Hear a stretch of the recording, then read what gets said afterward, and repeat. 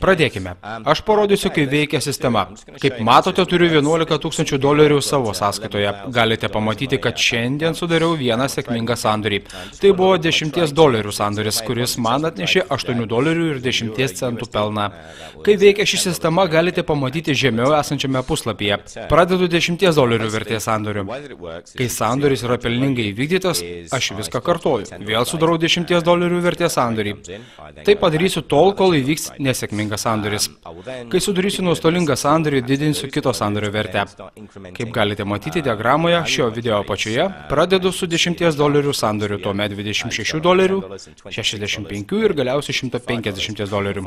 Paskutinis sandoris yra maksimaliai rizikingas. Taigi dabar noriu pademonstruoti, kaip yra sudarinėjami sandoriai. Čia įrašysiu $10 sumą. Paspausiu trade mygtuką. Tuomet sustabdysiu, nes kol sandoris būtų įvykdytas šiame tiesioginėme video, jums būtų labai nuobodu. Sustabdysiu ir po tam tikro laiko sugrįšime pažiūrėti, ar sandoris buvo sėkmingas. Mes grįžtame ir matome, kad sandoris buvo pelningas. Po sandorio man grįžo $18.10. Tai reiškia $8.10 pelną.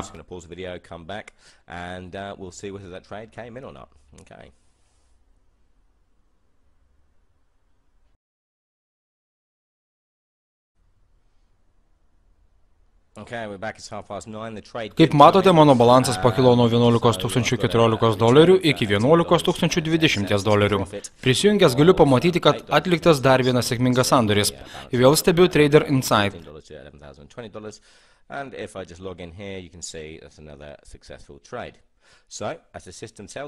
Kaip galite matyti, Trader Insight pasikeitė, todėl man bus šiek tiek sudėtingiau viską paaiškinti.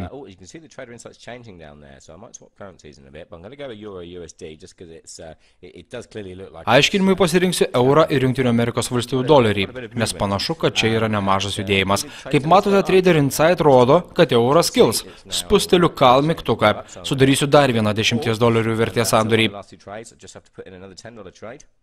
Spaudžiu trader mygtuką, viskas labai paprasta. Gauname žinią, kad sandoris buvo atliktas.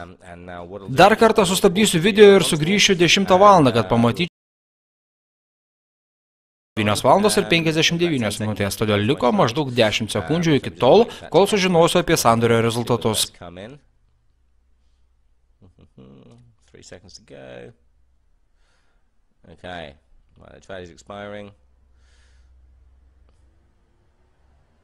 Šį kartą gavau 0 grąžos. Tai reiškia, kad sandoris buvo nuostolingas. Pažvelgęs į savo sąskaitą, matau, kad praradau $10. Taigi dabar man reikia susigrąžinti prarastus $10 ir dar pasidaryti pelną. Naudodamas savo sistemą, aš turėsiu daryti $26 vertės sandorį. Grįžtame prie tos pačios valiutos.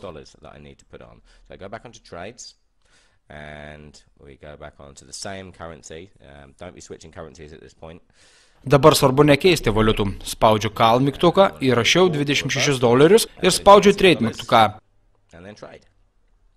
Vėl gauname pranešimą, kad sandoris buvo įvykdytas. Sustabdau video ir sugrįšiu po kelių minučių.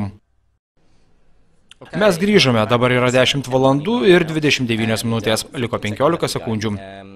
Paskutinis $26 vertės sandoris buvo sudarytas tikintis, kad euras kils dolerio atžvilgiu.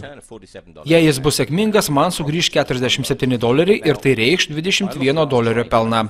Primenu, kad prieš tai sudarytas sandoris buvo nesėkmingas, todėl $21 pelnas bendrai paėmus bus $11. Per valandą taip yra uždirbama maždaug $18. Norint kiekvieną mėnesį uždirbti didesnės sumas pinigų, reikia gerai išmanyti visas valiutas. Tuomet bus vienu metu galima daryti sandorius skirtingomis valiutomis. Tai leis jums gauti didelį pelną. Jūs taip pat galite daryti didesnės vertės sandorius. Jei norite, galite daryti $100 vertės sandorį. Darykite tai, jei jums patinka sistema ir jaučiatės ją įvaldęs. Vis dėlto patartina paskirstyti savo sandorius, be to, taip yra įdomiau. Kaip matote, sandoris buvo įvykdytas, todėl sugrįšiu prie eurų ir dolerių. Trader Insight parodymai pasikeitė, dabar jis rodo, kad yra 57% tikimybė, jog euras kris dolerio atžvilgiu. Taigi mes vėl sudarome $10 vertės sandorį. Spaudžiu pat mygtuką ir įrašau $10. Spaudžiame mygtuką trade, sandoris buvo įvykdytas. Aš stabdau video ir sugrįšiu po pusvalandžio.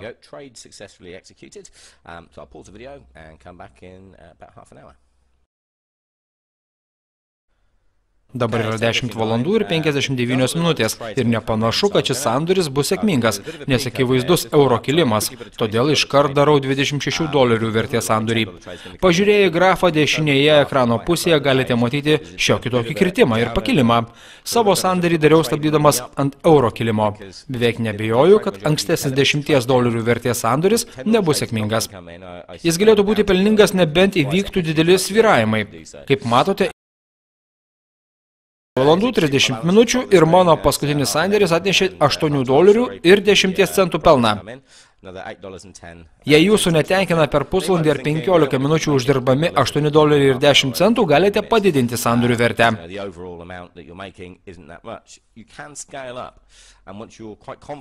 Kai manysite gerai įvaldę sistemą, galėsite atlikinėti $100, 260 ar $540 vertės sandorius. Tai yra mano sistemos esmė.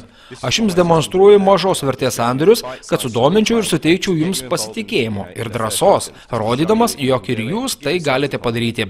Aš pats tai darau nebe pirmus metus. Atliksiu $100 vertės sandorį atsižvelgdamas į Trader Insight rodomus duomenis. Pasak Trader Insight, svaras sterlingų turėtų kilti Japonijos jenos atžvilgiu. Sudarysiu $100 vertės sandorį, kad svaras kils jenos atžvilgiu.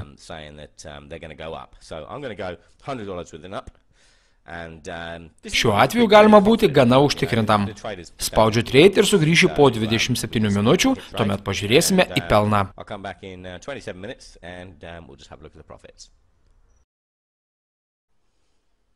Dabar yra 12 valandų 59 minutės ir mums liko maždaug 15 sekundžių iki tol, kol sužinosime paskutinio sandorio rezultatus. Tai bus paskutinis mano sandoris šiame video.